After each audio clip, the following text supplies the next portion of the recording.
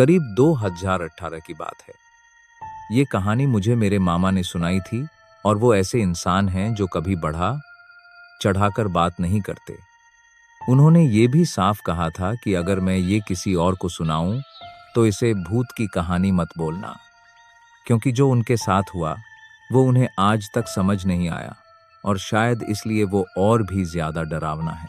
वो उस समय आनंद और खेड़ा के बीच एक छोटे से गांव में रहते थे। उनका काम सिंपल था, दूध का कलेक्शन करना और रात को डेयरी तक पहुंचाना। रोज का रूट फिक्स था और वो हमेशा मेन रोड से ही जाते थे। लेकिन एक रास्ता था, पुराना खेड़ा रोड। ये वही रोड था जहां करीब 10-12 साल पहले एक बस हादसा हुआ था। रात में बस खाई में गिरी और उसमें आग लग गई। गांव वालों ने बहुत कोशिश की थी, लेकिन कोई भी नहीं बचा। उस घटना के बाद से वो रोड धीरे धीरे बंद हो गया। दिन में भी लोग कम ही जाते थे और रात में तो लगभग कोई नहीं। गांव में लोग कहते थे कि उस रोड पर कुछ गड़बड़ है, लेकिन मामा इन सब चीजों पर विश्वास नहीं करते थे। उनका सीधा जवाब होता था, जहां लाइट नहीं होती वहां दिमाग अपने आप चीजें बना लेता है। और सच कहें तो वो बात गलत भी नहीं है, लेकिन उस रात चीजें दिमाग की बनाई हुई नहीं थीं। उस दिन दूध का कलेक्शन लेट हो गया। एक गांव में मशीन खराब थी, दूसरे में झगड़ा हो गया और जब तक वो फ्री हुए तब तक रात के 1 बज चुके थे। अगर वो लंबा रास्ता लेते तो डेयरी टाइम पर नहीं पहुंच पाते। उन्होंने बहुत सोचा, फिर वही फैसला लिया जो अक्सर मुसीबत की शुरुआत होता है। एक बार उस रोड से निकल जाते हैं, क्या ही होगा। शुरुआत में सब बिल्कुल सामान्य था।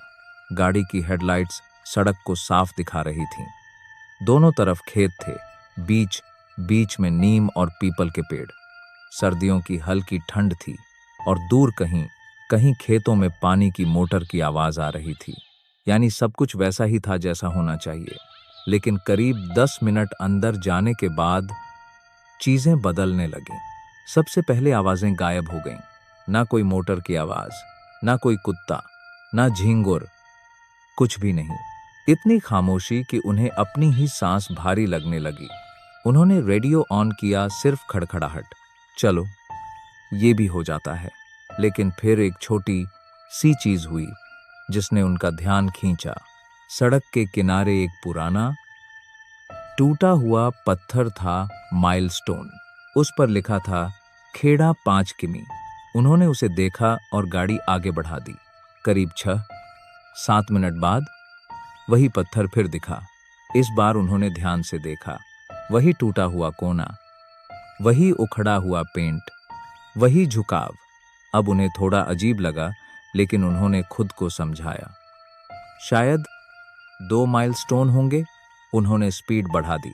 अब वो पूरी तरह अलर्ट थे, हर चीज को नोटिस कर रहे थे। पेड़, सड़क का मोड़, खेत की लाइन।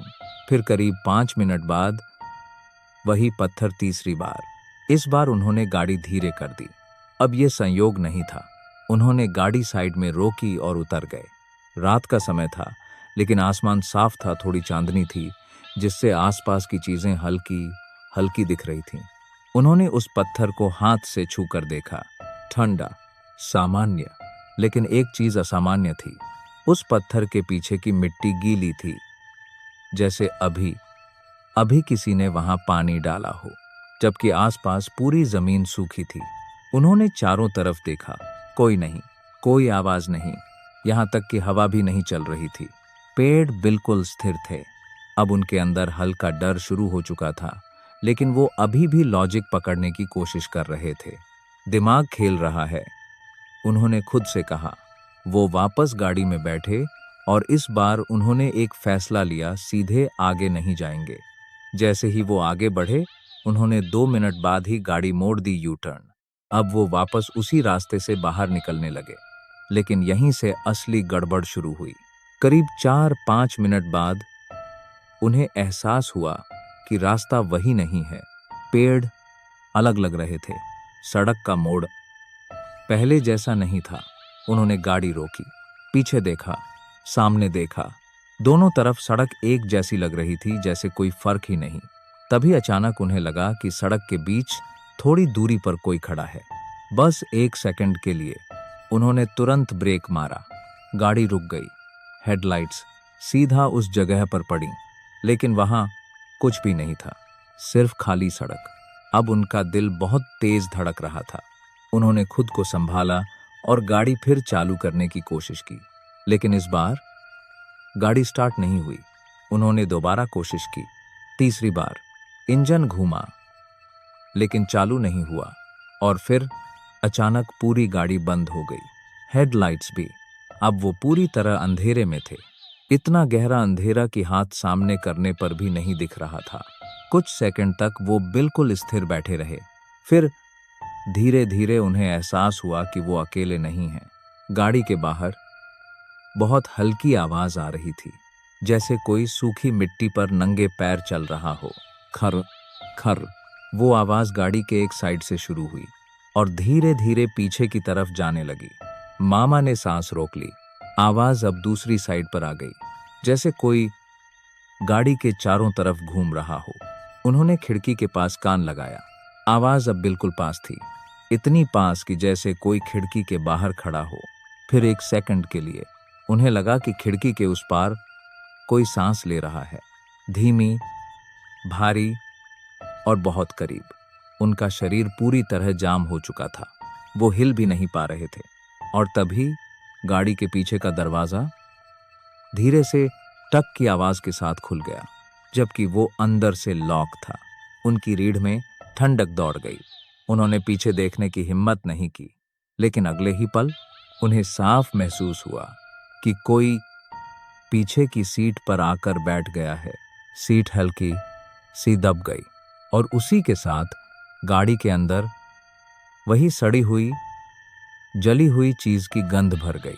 अब उनकी सांस टूटने लगी थी। दिल इतना तेज धड़क रहा था कि उन्हें लग रहा था बाहर सुनाई दे रहा होगा। कुछ सेकंड ऐसे ही बीते। फिर उनके कान के बिल्कुल पास बहुत धीरे एक आवाज आई, यह रास्ता अभी खत्म नहीं हुआ। आवाज ना पूरी आदमी की थी, ना औरत की, जैसे जली हुई किसी चीज से निकल रही हो। और यहीं मामा ने पहली बार महसूस किया कि वो जिस चीज के साथ गाड़ी में बैठे हैं, वो उन्हें बाहर जाने नहीं देना चाहती। जैसे ही वो आवाज मामा के कान के पास आई, यह रास्ता अभी खत्म नहीं हुआ, उसी पल उन्हें साफ समझ आ गया कि अगर वो यहीं बैठे रहे तो कुछ गलत होने वाला है। ये डर वाला एहसास नहीं था, ये वो इंस्टिंक्ट था जो इंसान को भागने पर मजबूर करता है। बिना सोचे उन्होंने अचानक दरवाजा खोलने की कोशिश की। हैंडल खींचा, नहीं खुला। फिर जोर से खींचा लॉक, लेकिन उन्होंने खुद लॉक नहीं किया था। पीछे की सीट पर जो कुछ बैठा था, उसकी मौजूदगी अब और साफ महसूस हो रही थी, जैसे कोई झुककर धीरे धीरे उनकी तरफ आ रहा हो। सीट का दबाव बदल रहा था, बहुत हल्का लेकिन साफ। उनकी सांसें टूटने लगीं। उन्होंने तुरंत दूसरी साइड का दरवाजा खींचा। इस बार दरवाजा खुल गया। उन्होंने 1 सेकंड भी नहीं सोचा और सीधे बाहर कूद गए। जैसे ही वो बाहर आए, उन्हें एहसास हुआ कि बाहर का अंधेरा गाड़ी के अंदर से भी ज्यादा भारी है। लेकिन अब उनके पास रुकने का कोई कारण नहीं था। वो बिना पीछे देखे भागने लगे, सड़क पर सीधा, जितनी तेज दौड़ सकते थे। उनके कदमों की आवाज खुद उन्हें डराने लगी थी, लेकिन उससे भी ज्यादा डरावना था, उनके पीछे कुछ भी नहीं भाग रहा था। कोई आवाज नहीं, कोई पीछा नहीं, बस खामोशी। और यही चीज सबसे ज्यादा गलत लगी, क्योंकि अगर कुछ पीछे होता तो इंसान समझ पाता कि खतरा कहाँ है। यहां कुछ भी नहीं था। करीब 2-3 मिनट भागने के बाद उनकी स्पीड कम होने लगी। सांस फूल चुकी थी। उन्होंने पहली बार हिम्मत करके पीछे देखने का सोचा। उन्होंने धीरे धीरे गर्दन घुमाई और वहीं जम गए जहां से वो भागे थे। वहां गाड़ी थी ही नहीं, सड़क खाली थी, ना गाड़ी, ना कोई लाइट, ना कुछ, जैसे वो कभी वहां रुके ही नहीं थे। उनका दिमाग इस चीज को पकड़ नहीं पा रहा था। अभी तो यहीं थी। उन्होंने खुद से बुदबुदाया, लेकिन जवाब देने वाला कोई नहीं था। अब डर एक अलग लेवल पर पहुंच चुका था। वो वापस मुड़े और फिर चलने लगे, इस बार धीरे धीरे, समझने की कोशिश करते हुए कि वो हैं कहाँ। कुछ कदम आगे बढ़े ही थे कि उन्हें सामने हल्की सी रोशनी दिखी। बहुत दूर नहीं, शायद 50-60 मीटर, जैसे कोई पुरानी ट्यूबलाइट जल रही हो। उस रोशनी के नीचे एक छोटा सा ढांचा दिख रहा था, जैसे कोई बस स्टॉप हो। अब उनके पास दो ही ऑप्शन थे, या तो उसी अंधेरे में खड़े रहो या उस रोशनी की तरफ जाओ। उन्होंने दूसरी चीज चुनी। जैसे जैसे वो पास गए, वो जगह साफ दिखने लगी। वो सच में एक पुराना बस स्टॉप था। सीमेंट की टूटी हुई बेंच, ऊपर जंग लगा शेड और एक साइड पर टेढ़ा सा बोर्ड। उस बोर्ड पर जो लिखा था, उसे पढ़ते ही उनके कदम रुक गए। खेड़ा, पुराना रूट। नीचे बहुत हल्के अक्षरों में, सेवा बंद। मामा का गला सूख गया। वो धीरे धीरे आगे बढ़े और बेंच के पास खड़े हो गए। यहाँ की हवा अलग थी, ठंडी और भारी, जैसे यहाँ कुछ रुका हुआ हो। उन्होंने चारों तरफ देखा, कोई नहीं, बस वो और वो पुराना स्टॉप। फिर अचानक उन्हें बेंच के दूसरी तरफ हल्की सी हरकत दिखी, जैसे कोई बैठा हो। उन्होंने ध्यान से देखा। वहां एक आदमी बैठा था, सर झुका हुआ, बिल्कुल स्थिर। मामा कुछ सेकंड तक उसे देखते रहे, फिर हिम्मत करके बोले, भाई, ये रास्ता बाहर कहाँ जाता है? कोई जवाब नहीं। वो आदमी हिला तक नहीं। मामा ने एक कदम और आगे बढ़ाया। सुन रहे हो? अब भी कोई जवाब नहीं। बस धीरे धीरे वो आदमी अपना सिर उठाने लगा, बहुत धीरे, इतना धीरे कि हर सेकंड भारी लग रहा था। और जैसे ही उसका चेहरा रोशनी में आया, मामा का खून जम गया। उसका चेहरा जला हुआ था, पूरी त्वचा काली, कुछ जगहों पर लाल, और आंखें पूरी सफेद। वो सीधा मामा को देख रहा था, बिना पलक झपकाए। मामा पीछे हटे, उनके पैर कांपने लगे। तभी उस आदमी के मुंह से आवाज निकली, बहुत सूखी, टूटी हुई, बस आएगी। मामा का दिमाग चिल्ला रहा था, यहां से निकल, लेकिन उनके पैर जैसे वहीं जड़ हो गए थे। तभी दूर से एक आवाज आई, इंजन की, धीमी लेकिन साफ। मामा ने सड़क की तरफ देखा। अंधेरे में धीरे धीरे एक बस की हेडलाइट्स नजर आ रही थीं। वो बस धीरे धीरे उस स्टॉप की तरफ आ रही थी, और जैसे जैसे वो पास आई, मामा का दिल बैठता गया। बस पुरानी थी, जली हुई जगहों के निशान साफ दिख रहे थे, और उसके ऊपर लिखा था, खेड़ा। बस स्टॉप के सामने आकर रुकी। दरवाजा अपने आप खुल गया। अंदर हल्की पीली लाइट थी, और अंदर बैठे लोग बिल्कुल स्थिर, सबके चेहरे अजीब, कुछ जले हुए, कुछ अधूरे, और सबकी आंखें सफेद। मामा के पीछे खड़ा वो जला हुआ आदमी धीरे से बोला, चलो, देर हो रही है। उसकी आवाज अब उनके बहुत पास थी, इतनी पास कि जैसे वो उनके कान के ठीक पीछे खड़ा हो। मामा का कंट्रोल टूट गया। उन्होंने पूरी ताकत से खुद को मोड़ा और सीधे सड़क की दूसरी तरफ भागे। इस बार वो रुके नहीं, पीछे नहीं देखा, बस भागते रहे। कितनी देर भागे उन्हें नहीं पता। बस एक समय ऐसा आया जब उन्हें दूर से तेज रोशनी दिखी। ट्रक। इस बार उन्होंने बिना सोचे सीधे सड़क के बीच खड़े होकर हाथ हिलाया। ट्रक ब्रेक मारकर रुका। ड्राइवर चिल्लाया, मरना है क्या? मामा कुछ बोल नहीं पाए, बस ट्रक में चढ़ गए। ड्राइवर ने पानी दिया। कुछ देर बाद जब उनकी सांस थोड़ी ठीक हुई, तो ड्राइवर ने पूछा, कहाँ से आ रहे हो? मामा ने पीछे इशारा किया। ड्राइवर ने एक सेकंड उस तरफ देखा, फिर तुरंत नजर हटा ली। उसके चेहरे का रंग बदल गया। वो धीरे से बोला, उधर कुछ नहीं है। मामा ने कहा, बस स्टॉप है। और ड्राइवर ने बीच में ही काट दिया, नहीं है। कुछ सेकंड चुप्पी रही। फिर ड्राइवर बोला, तुम पुराने रोड में घुस गए थे, है ना? मामा चुप रहे। ड्राइवर ने गाड़ी स्टार्ट की और बोला, वो रोड 10 साल पहले बंद हो गया।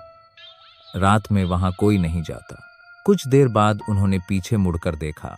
वहां सिर्फ अंधेरा था, ना कोई बस, ना कोई रोशनी, ना कोई स्टॉप, अगले दिन गांव वालों के साथ जब मामा उस जगह गए तो वहां कुछ भी नहीं था, सिर्फ खेत, ना कोई सड़क, ना कोई बस स्टॉप। लेकिन नीचे खाई में उन्हें उनकी गाड़ी मिली, पूरी तरह टूटी हुई। ऐसा लग रहा था जैसे वो सीधा वहां गिर गई हो। लेकिन अजीब बात यह थी, मामा को एक खरोंच तक नहीं आई थी। उस दिन के बाद उन्होंने कभी उस रास्ते का नाम तक नहीं लिया।